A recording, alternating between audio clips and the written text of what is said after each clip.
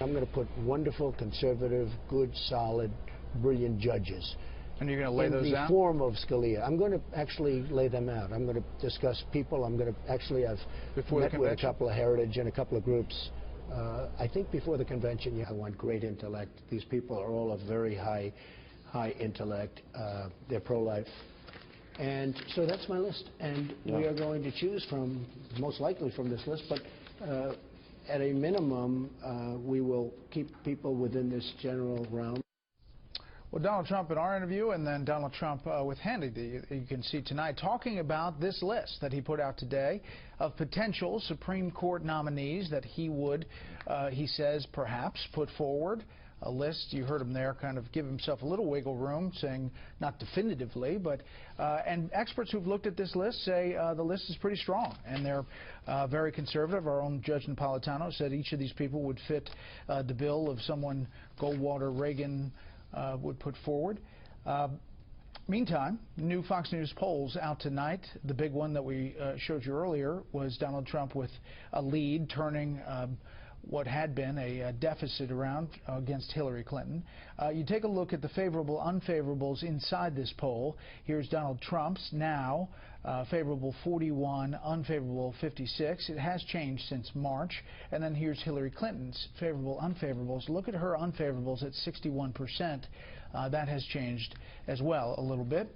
With that, let's bring in our panel. Jonah Goldberg, senior editor at National Review. Amy Walter, national editor for the Cook Political Report. And Lisa Booth, columnist for the Washington Examiner. Thanks for being here.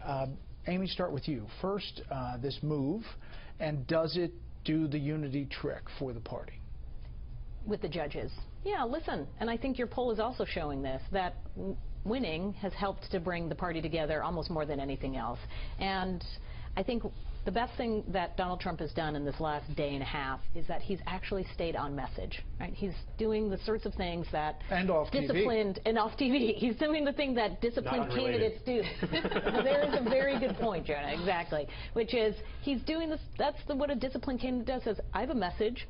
I have a focus for today. It's going to be all about judges. He's letting the story be about judges and conservatives accepting them and lauding him for this.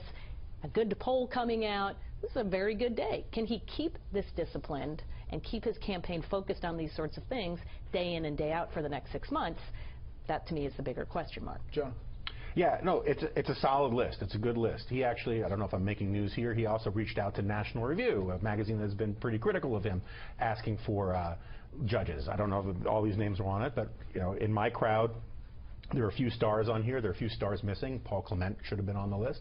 But I don't think anyone can criticize him for the content of it. And this was a very smart thing to do. Among conservatives who are opposed or are resistant to Trump, the single most powerful argument is, what about the Supreme Court? At the same time, I think it is a classic Trump thing that he gives himself wiggle room. And he says, it'll probably be sort of like this list, representative of this list. It's sort of like he now says that the Muslim ban is a suggestion. And I think there are going to be some people who are going to look at that and say, okay, this is just another negotiating ploy. Most likely from this list is what he told Sean Hannity. Well, so he's giving himself an out on this list, too. And the concern among a lot of conservatives is that, you know, if a President Trump were negotiating with a Chuck Schumer-run Senate, and Donald Trump wants to build lots of things and put his name on them, would he be willing to trade a Supreme Court justice, a David Souter type? But, you know, he's saying kind of definitively that even if it's not on this list, it will fit this list and the type of people that's I agree, but I think he just should have.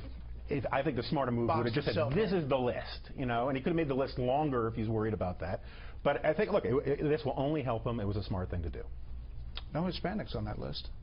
No, there aren't. But, I mean, look, this is a smart move politically for Donald Trump. And for someone who said that he wasn't as concerned about consolidating the Republican base, it sure looks like he's taking the steps to do that. I mean, he just had that meeting with prominent Republicans in Congress and prominent Republican leaders indicating that he's willing to play ball. He wants to talk to them. He wants to bring them to the table. He's meeting with Henry Kissinger to talk about foreign policy, an issue that is very important to a lot of Republicans.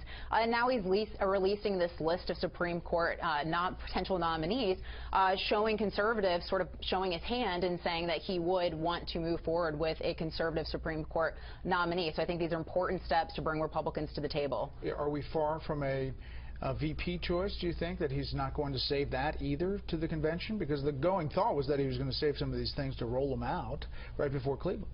Well, who knows with Donald Trump? I mean, he sort of just does what he wants to do. That's what we've seen. So I think his vice presidential choice is going to be really interesting. So I think a lot of people would say that a female candidate would be very important for him, would help him, especially move his numbers with women voters, also give him a little softer touch because he is, a tough character. But who knows? He has indicated that he wants someone within the system, a politician, maybe someone who's currently serving in Congress. But it'll be interesting to see who he chooses. Okay, so on your point about women, the Fox News poll, number 7, among women, favorable, unfavorable, 33-63. And then you have Republican women, and it is number 8. It is favorable, 65-31, and the change there from March. So, he's making some headway in moving those numbers. Yeah. I mean, I think the best news for Donald Trump in this poll is that the talk of we're going to find a third party, there's going to be a place for people who don't like Donald Trump. There's not a whole lot of room in this poll for another candidate. That Republican elites or Republican members of Congress may not love the idea of running with Donald Trump on the ticket, but Republican voters, at least at this point, are ready to get behind it. Is that over, Jonah? I mean, today we had Romney say, a source say, Governor Romney is not now engaged in recruiting a third-party candidate. We've had several people saying they are not going to do that, despite talk and effort from Bill Kristol and Ben Sass and others. Yeah, I personally would be open to a third-party candidate if you could point to the person who it would be. We're living in a moment that is very personality-driven in politics. You're talking about this poll, and I think Amy is exactly right, but there was another poll this week that said a large majority of Americans wish they had another option. Although, let me just point out that poll said, would you be open to an independent run against Donald Trump or Hillary Clinton?